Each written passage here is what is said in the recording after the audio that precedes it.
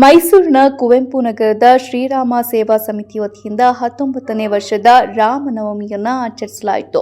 ಶ್ರೀರಾಮನಿಗೆ ಪೂಜೆಯನ್ನ ಸಲ್ಲಿಸಿ ಬಳಿಕ ಪ್ರಸಾದ ವಿತರಣೆ ಮಾಡಲಾಯಿತು. ಶ್ರೀರಾಮನಿಗೆ ಪ್ರಿಯವಾದಂತಹ ಪಾನಕ, ಮಜ್ಜಿಗೆ ಮತ್ತು ಕೋಸಂಬರಿಯನ್ನ ಸುಮಾರು 2,500ಕ್ಕೂ ಹೆಚ್ಚು ಜನರಿಗೆ ವಿತರಿಸಲಾಯಿತು. ಕಾಂಗ್ರೆಸ್ ಮುಖಂಡರಾದ ನವೀನ್ ಕುಮಾರ್ ಹಾಗೆ ಮಾಜಿ ಮೂಡ ಅಧ್ಯಕ್ಷರಾದ ರಾಜೀವ್ ಅವರು ಆಗಮಿಸಿ ಈ ಒಂದು ಸೇವಾರ್ಥದಲ್ಲಿ ಭಾಗವಹಿಸಿ ಭಕ್ತರಿಗೆ ಪ್ರಸಾದ ವಿತರಿಸಿ ಬಳಿಕ ಮಾಧ್ಯಮದೊಂದಿಗೆ ಮಾತನಾಡಿದರು.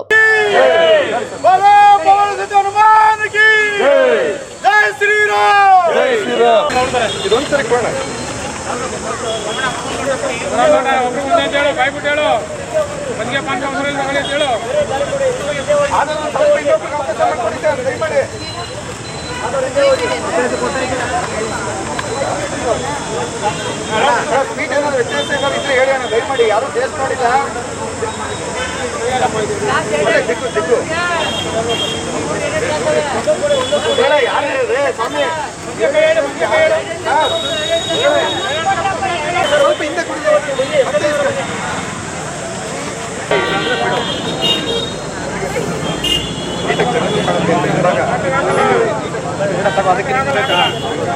ಕೊಡಿಯೋಣ, ಒಂದು ಇನ್ನೊಂದು ಕೊಡಿಯೋಣ. ಅಲ್ಲ ಪಾಪ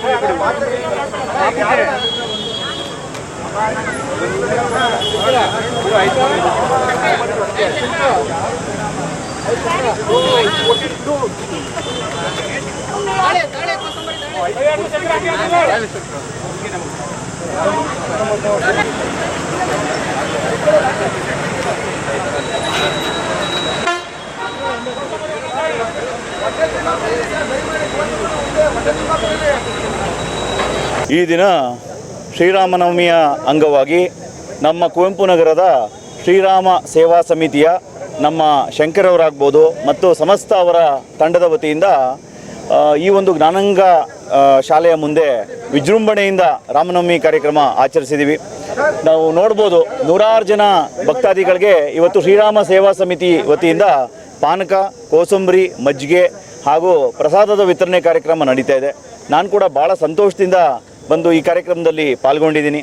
ಶ್ರೀರಾಮ ಸೇವಾ ಸಮಿತಿಯ ನಮ್ಮ ಶಂಕರವರು ಮತ್ತು ಅವರ ಸಮಸ್ತ ತಂಡದವರಿಗೂ ಕೂಡ ಈ ಸಂದರ್ಭದಲ್ಲಿ ನನ್ನ ಶುಭಾಶಯಗಳನ್ನ ತಿಳಿಸ್ತಾ, ಮೈಸೂರಿನ ಪ್ರತಿಯೊಬ್ಬ ನಾಗರಿಕರಿಗೂ ಕೂಡ ಶ್ರೀರಾಮನವಮಿಯ ಶುಭಾಶಯಗಳನ್ನು ಕೂಡ ತಿಳಿಸ್ತಾ ಇದ್ದೀನಿ. ಪ್ರತಿ ವರ್ಷವೂ ಕೂಡ ಇದೇ ಜಾಗದಲ್ಲಿ ನಮ್ಮ ಶಂಕರವರು ಮತ್ತು ಅವರ ಸುರೇಶ್ ಅವರು ಎಲ್ಲರೂ ಸೇರಿಕೊಂಡು ಮಾಡ್ತಾರೆ. ಇದು 19ನೇ ವರ್ಷದ ಕಾರ್ಯಕ್ರಮ ಅಂತ ನಮ್ಮ ಶಂಕರ್ ಅವರು ಹೇಳ್ತಾ ಇದ್ದಾರೆ. ಈಗ ಸರಿಸುಮಾರು ನಾನೇ ಆಲ್ಮೋಸ್ಟ್ ಒಂದು 6ನೇ ವರ್ಷ ಇದು ಭಾಗವಹಿಸ್ತಾ ಇರೋದು. ಮತ್ತೊಮ್ಮೆ ಎಲ್ಲರಿಗೂ ಕೂಡ ಶ್ರೀರಾಮನವಮಿಯ ಶುಭಾಶಯಗಳು. ಜೈ ಶ್ರೀರಾಮ್. ಸರ್ವರಿಗೂ ರಾಮನವಮಿಯ ಶುಭಾಶಯಗಳು. ರಾಮನವಮಿ ಬರುವ ಸನ್ನಿವೇಶ ಅತ್ಯಂತ ಹೆಚ್ಚು ಬಿಸಿಲು ಪ್ರಾರಂಭ ಆಗಿರ್ತಕ್ಕಂಥ ಸನ್ನಿವೇಶದಲ್ಲಿ ಬರುತ್ತೆ. ಹಿಂದೂಗಳಲ್ಲಿ ಒಂದು ಸಮಸ್ತ ಭಾವನೆ ಏನಂತಂದರೆ, ಯಾವ ಕಾಲಕ್ಕೆ ಪೂಜೆ ಜೊತೆಗೆ ಪ್ರತಿ ಮನುಷ್ಯಂಗೂ ಒಂದಲ್ಲ ಒಂದು ರೀತಿ ಸೇವೆ ಮಾಡಬೇಕು ಅನ್ನೋಂಥ ದೃಷ್ಟಿಕೋನ ಇಟ್ಕೊಂಡು ಈ ಕಾಲಘಟ್ಟಕ್ಕೆ ಬೇಕಾದಂಥ ತಂಪಾಗಿ ಬರುವಂಥ ಬೇಲ್ದ ಹಣ್ಣಿನ ಪಾನಕ ಕೊಡೋದು, ಮಿಣಿಕೆ ಹಣ್ಣಿನ ಪಾನಕ ಕೊಡುವಂಥದ್ದು, ಜೊತೆಗೆ ತಂಪಾದಂಥ ಹೆಸರುಬೇಳೆ ಇದನ್ನು ಕೊಡೋದು. ಈ ಮುಖಾಂತರ ಒಂದು ಕಡೆ ಪ್ರಸಾದದ ಸೇವೆ, ಇನ್ನೊಂದು ಕಡೆ ರಾಮನಿಗೆ ಅರ್ಪಣೆ. ಇದನ್ನು ನಿರಂತರವಾಗಿ ರಾಷ್ಟ್ರ ಅಷ್ಟೇ ಅಲ್ಲ, ಪ್ರಪಂಚದ ಎಲ್ಲ ದೇಶಗಳಲ್ಲಿ ಎಲ್ಲೆಲ್ಲಿ ಹಿಂದೂಗಳಿದ್ದಾರೋ ಅಲ್ಲೆಲ್ಲವೂ ಕೂಡ ಒಂದು ವಿಜೃಂಭಣೆಯಿಂದ ಒಬ್ಬ ಆದರ್ಶ ಪುರುಷನ ಹುಟ್ಟುಹಬ್ಬವನ್ನು ಆಚರಣೆ ಮಾಡೋದ್ರ ಮುಖಾಂತರ ಆ ದಿಕ್ಕಿನಲ್ಲಿ ನಮ್ಮ ಜೀವನದ ಹೆಜ್ಜೆ ಹಾಕಬೇಕು ಅನ್ನೋ ದೃಷ್ಟಿಕೋನದಲ್ಲಿ ರಾಮನವಮಿ ಅತ್ಯಂತ ಅರ್ಥಪೂರ್ಣವಾಗಿ ಆಚರಣೆ ಆಗ್ತಿದೆ.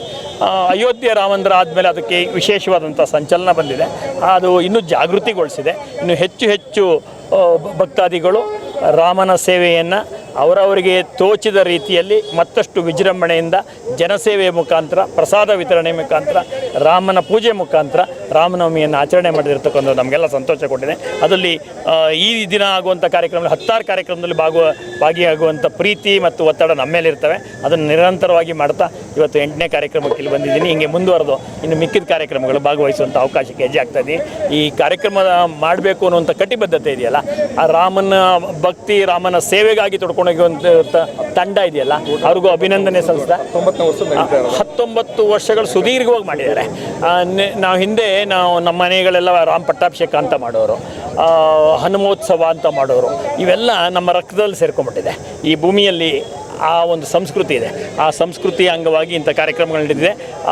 ನೋಡಿ ಎಷ್ಟು ಸಾವಿರಾರು ಜನ ಇಲ್ಲಿ ನಿಂತು ರುಚಿಯಾದಂಥ ಏನು ಸೇವೆ ಮಾಡಿದ್ದಾರೋ ಅದನ್ನು ಸ್ವೀಕರಿಸುವಂಥ ಹೆಜ್ಜೆಗಳಿಗೆ ನಾನು ಎಲ್ಲರಿಗೂ ಕೂಡ ವಿಶೇಷ ಅಭಿನಂದನೆಗಳನ್ನ ಸಲ್ಲಿಸ್ತೀನಿ.